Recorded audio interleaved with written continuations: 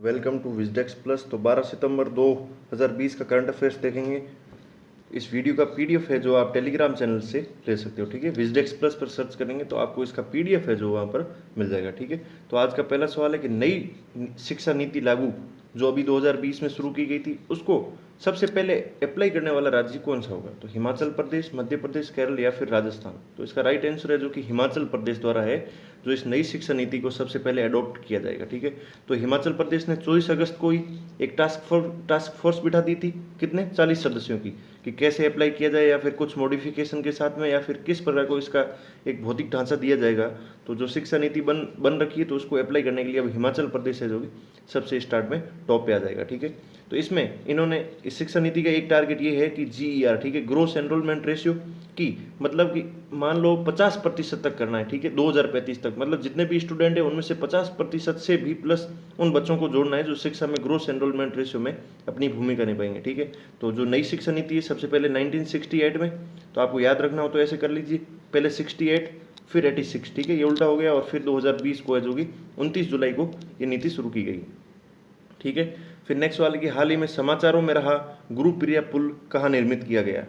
तो गुरुप्रिया पुल है जो कि उड़ीसा राज्य में स्टार्ट किया गया। ठीक है, तो उड़ीसा, ये क्या है कि उड़ीसा में माओवादी क्षेत्र, मतलब जहाँ पर जो कुछ लोग सरकार को अपने हथियार के बल पर चलाना चाहते हैं, तो माओवादी क्षेत्र में स्वाभिमान अंचल, ठीक है, स्वाभिमान अंचल को मोबाइल संपर्क सुविधा प्रदान की है। ठीक है, मोबिलिटी मतलब एक स्थान से दूसरे स्थान तक पहुंच होना। तो ओडिशा में जो स्वाभिमान अंचल नाम से किया गया है। ठीक है, तो ये क्या है, गुरुप्रिया पुल है, तो एक भूमि से दूसरी भूमि जोड़ेगा, इसलिए इस क्षेत्र को स्वाभिमान अंचल नाम दे दिया गया। ठीक है, और ये पुल है जो कि गुरुप्रिया नदी पर स्थित है। ठीक है, फिर नेक्स्ट वाले की हाल ही में ड्रग पार्क कहाँ पर खोला गया?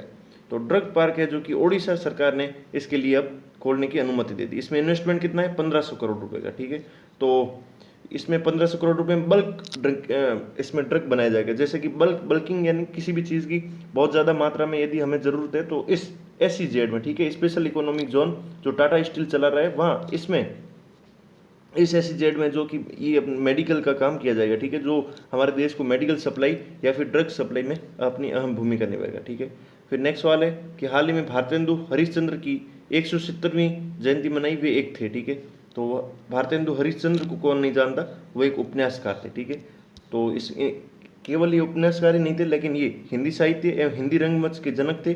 ठीक है, इनका जन्म है जो कि 1850 में हुआ था। ठीक है, तो 170वीं जयंती मनाई है। इनकी डेथ है जो कि 1885 को 35 वर्ष की उम्र में ही हो गई। तो ये काफ़ी अच्छे लेखक माने जाते थे। इन्होंने 5 वर्ष की उम्र में ही काव्य रचना शुरू कर दी। तो आप अनुमान लगा सकते हैं कि जो बालक 5 वर्ष में लिखेगा वो 35 साल में लिखने के बाद यदि वही व्यक्ति 60 साल की उम्र तक यदि पहुँचे होते तो उनकी कविताओं का किस रूप में आया जाता। ठीक है, तो आप इनके भाव पढ़ सकते हो। भाव क्या होगा कि 1850 में जन्मे और 1885 में डेथ हुई, इसका मतलब कि ब्रिटिश एरा था। तो ब्रिटिश एरा में जो लोगों को यातनाएं दी गई उनके खिलाफ, ठीक है, निर्भरता, क्रूर शोषण, मध्यम वर्ग के संघर्षों का प्रतिनिधित्व करने के लिए इन्होंने अपनी कई कविताएं लिखी। ठीक है, फिर हाल ही में चर्चा में रहा श्वेत उल्लू कहाँ पाया जाता है? ठीक है, तो श्वेत उल्लू इनमें से बताना है तो दमन एंड दीव में श्वेत उल्लू पाया जाता है।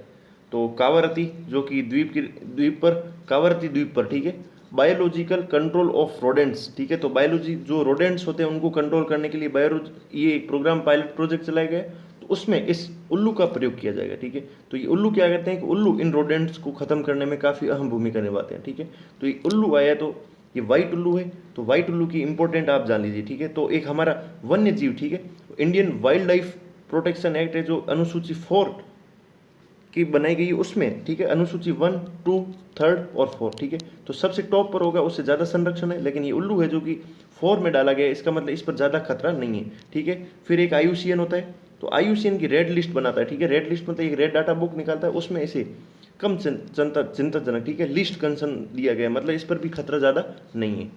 फिर नेक्स्ट सवाल है कि हाल ही में किस फुटबॉलर ने अपना 100वां अंतर्राष्ट्रीय गोल किया है?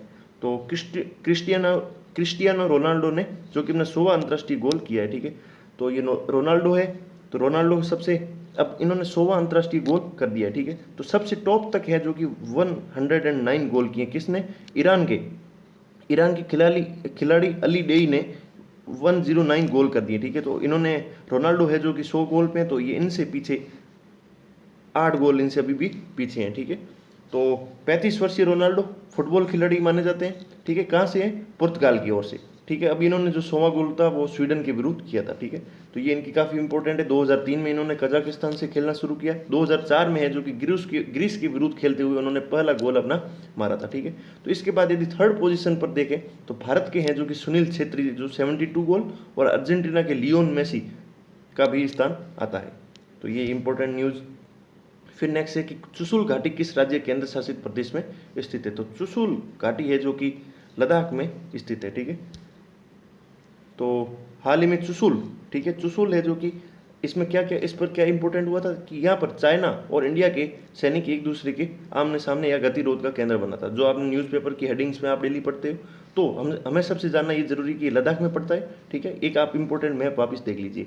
ये हो गया देपसांग प्लेन, ठीक है। ये दौलत बेग ओल्डी वाली रोड, गलवान वैली, श्योक, लेह, दरबुक, ठीक है। ये लद्दाख, ये जम्मू एंड कश्मीर, ठीक है। फिर इसमें ये बोल रहे हैं कि चुशुल वैली का है, तो ये चुशुल हो गया, ठीक है। इसके आसपास में काफ़ी इंपॉर्टेंट लेक है, ठीक है। तो ये पेंगोंग लेक है, इस पर ये चर्चा का एक जो विवाद का मुद्दा बना हुआ है। इसके साउथ में ही ब्लैक टॉप, इसके साउथ में चुशुल, ठीक है। फिर इसके अलावा यहाँ रेजांगला, रेचिनला और स्पांगुल गैप व चुशुल घाटी जैसे मार्ग यहाँ पर स्थापित है, ठीक है। तो ये आप लोकेशन 4 पॉइंट है जो दे रखे हैं। तो यहाँ पर ये इंपॉर्टेंट लोकेशन है जो कि हो सकता है कभी सवाल में पूछ लिया जाए, ठीक है। तो चुशुल एक काफ़ी इंपॉर्टेंट पॉइंट माना जाता है कि बीच बॉर्डर पर्सनल मीटिंग पॉइंट में से भी एक है। यहाँ दोनों सेनाओं की प्रतिनिधि नियमित बातचीत के लिए भी आते हैं, ठीक है। बाकी चीन के लिए लेह का प्रवेश द्वार भी चुशुल को माना जाता है। और यहाँ पर हमें यदि रसद तैनाती करनी हो तो रसद भी यहाँ से सप्लाई किया जा सकता है। और यहाँ पर एक हवाई पट्टी भी बनी है जो हमारे लिए काफ़ी इंपॉर्टेंट मायने रखती है, ठीक है। फिर NSD, तो नेशनल स्कूल ऑफ ड्रामा का अध्यक्ष है जो अभी किसे बनाया गया है? तो परेश रावल को है जो कि NSD का अध्यक्ष बनाया गया है, ठीक है। बाकी आप देख सकते हो कि NSD से ये और भी कम फोटो डाल रखे, लेकिन ये इंपॉर्टेंट जो एक्टर्स हैं यहाँ से निकल रहे हैं, ठीक है। अनुपम खेर, नसीरुद्दीन शाह, इरफान खान, ठीक है, पीयूष मिश्रा, ओमपुरी, नवाजुद्दीन सिद्दीकी, आशुतोष राणा, ठीक है। तो ये काफ़ी अपने रघुवीर यादव जी हैं जो यहाँ से भी निकले हुए, ठीक है। तो परेश रावल को NSD का अध्यक्ष बनाया गया। तो NSD की है जो कि 1959 में की थी स्थापना, किसने? संगीत नाटक अकादमी ने 1959 में इसकी स्थापना की, ठीक है। ये भारत सरकार के अंतर्गत एक स्वशासी संस्थान है, ठीक है। खुद का शासन चलाती है, मतलब ने काफ़ी स्वतंत्रता दे रखी है, ठीक है। बाकी ये NSD क्या करता है? नाट्य विद्यालय, मतलब कि जो ये एक्टर्स होते हैं उन्हें इसमें एक्टिंग का काम सिखाया जाता है, ठीक है। तो ये NSD की इंपॉर्टेंट रोल है। फिर अराइज ANIC अटल न्यू इंडिया चैलेंज की शुरुआत किसके द्वारा की गई? तो इसमें क्या होगा कि MSME, ठीक है, MSME स्टार्टअप को लाने के लिए, ठीक है, MSME मिनिस्ट्री, MSME उद्योगों में, स्टार्टअप्स में अनुसंधान और नवाचार, ठीक है, इनोवेशन लाना है, रिसर्च करना है, ताकि ये सेक्टर और भी ग्रो अप कर सके, ठीक है। तो इसके लिए नीति आयोग ने अपने सबसे बहुप्रतीक्षित कार्यक्रम में से ये कार्यक्रम अपनाया है। कौन सा? अराइज ANIC, ठीक है, अटल न्यू इंडिया चैलेंजेस, ठीक है, इनिशिएटिव शुरू किया ताकि यहाँ पर MSME मिनिस्ट्री में और ज़्यादा इन्वेस्टमेंट आ सके, ठीक है। फिर नेक्स्ट वाला कि हाल ही में विश्व के सर्वश्रेष्ठ बैंक के रूप में किसे मान्यता दी गई? तो सर्वश्रेष्ठ बैंक है जो कि DBS को मान्यता दी गई, ठीक है। DBS का मतलब क्या हुआ? डेवलपमेंट बैंक ऑफ सिंगापुर, ठीक है। इसे दुनिया के सबसे सर्वश्रेष्ठ बैंक के रूप में मान्यता दी गई है। तो इसमें क्या होगा कि यहाँ का कुछ इंफ्रास्ट्रक्चर या service providing system, loan easing, ठीक है, तो इस प्रकार की जो सारी सुविधाएं अच्छी तरीके से, ऑनलाइन कैशलेस इकोनॉमी, इस दिशा में बढ़ने के लिए इस बैंक को, डेवलपमेंट बैंक को, सबसे बेस्ट बैंक का दर्जा दिया गया, ठीक है। फिर विश्व सुसाइड रोकथाम दिवस कब मनाया जाता है? तो विश्व सुसाइड रोकथाम दिवस है जो कि 10 सितंबर को मनाया जाता है, ठीक है। तो इसमें 10 सितंबर को मनाया जाता है। इनका कहना है कि हर 40 सेकेंड में एक और हर दिन लगभग 3000 मौत होती है, मतलब कि 40 सेकेंड में एक मौत और हर दिन 3000 मौतें हो जाती है। जिसमें से यदि इंडिया का हम देखें तो आत्महत्या में जितना भी होता है 1/3 महिला और 1/4 है जो कि पुरुष है, ठीक है। तो टोटल मान लीजिए कि विश्व में यदि 100 मौतें हुई तो उसमें 17% 17 लोग हैं जो कि इंडिया के आत्महत्या के केस में मारे जाते हैं, ठीक है। तो इसे रोकने के लिए, और हर साल 1 मिलियन, ठीक है, 1 मिलियन में 10 लाख लोग होते हैं जो आत्महत्या कर लेते हैं। तो हमें इसे रोकने के लिए ये कार्यक्रम शुरू किया गया, ठीक है। तो 2020 की थीम क्या है? आत्महत्या को रोकने के लिए एक साथ काम करना होगा ताकि आत्महत्या को हम रोक सकें। फिर किस देश ने फर्जी सूचना, सोशल मीडिया पर अफवाहों के खिलाफ असोल चीनी अभियान शुरू किया है? तो असोल चीनी अभियान है जो कि बांग्लादेश के द्वारा किया गया है। इसमें क्या होगा कि फर्जी कोई भी सूचना होगी या फिर सोशल मीडिया पर किसी भी प्रकार की अफवाह हुई तो उसके खिलाफ अभियान शुरू किया जाएगा, ताकि लोगों को एक ट्रैक से भटकाया ना जाए, ठीक है। तो उसके खिलाफ कुछ एक्शन ली जाएगी। फिर हाल ही में किस राज्य या यूटी के फ्रूट व सब्जियों को ऑपरेशन ग्रीन टीओपी टोटल में शामिल किया, ठीक है। टोमेटो, ऑनियन, पोटैटो में शामिल किया है। किस राज्य यूटी ने फ्रूट व सब्जियों को, ठीक है, तो टोमेटो, ऑनियन, पोटैटो के साथ में सब्जियों को भी या फ्रूट को भी इंक्लूड कर लिया है। तो ये डेवलपमेंट किया है जो कि जम्मू कश्मीर के द्वारा किया गया है, ठीक है। तो इसमें क्या होता है कि टीओपी खराब ना हो या इनके भाव ऊपर ज़्यादा बहुत ज़्यादा ऊपर ना हो, ताकि लोगों, क्योंकि ये 3 सब्जियां ऐसी होती है जिसे लोग डेली अपने यूजेज में कंजप्ट करते हैं, ठीक है। तो इसमें किसी भी प्रकार की प्रॉब्लम ना हो, तो इसे संभालने के लिए टीओपी स्कीम्स चलाई जाती है, ठीक है। तो टीओपी स्कीम किसके द्वारा चलाई जाती है, क्या आप मुझे बता सकते हैं। फिर नेक्स्ट वाला कि किस स्पेस एजेंसी ने अपने अंतरिक्ष यान को कल्पना चावला का नाम दिया गया। तो नॉर्थरोप ग्रूमैन है जो जिसने अपनी स्पेस एजेंसी में अपने पहला अंतरिक्ष यान होगा उसे कल्पना चावला के नाम दिया गया, ठीक है। तो कल्पना चावला कौन थी, तो ये हरियाणा के करनाल में जन्मी, ठीक है, और अंतरिक्ष में जाने वाली पहली भारतीय महिला थी। और 2003 में जब इनका विमान या फिर इनका यान जो वापस आ रहा था, तो इनके सात के 7 यात्रियों सहित इनकी भी मौत हो गई थी, क्योंकि ये विमान वायुमंडल के प्रेशर को कुछ झेल नहीं पाया था, इसलिए उनकी क्रैश हो गया था, ठीक है। तो कल्पना चावला के नाम पर अमेरिकी एरोस्पेस कंपनी, ठीक है, नॉर्थरोप ग्रूमैन ने अपने अंतरिक्ष यान को भारतीय मूल के नाम पर दिया गया, ठीक है। तो प्रथम ई किसान मंडी कहाँ शुरू की गई है, तो ई किसान मंडी है जो कि पुणे में, ठीक है।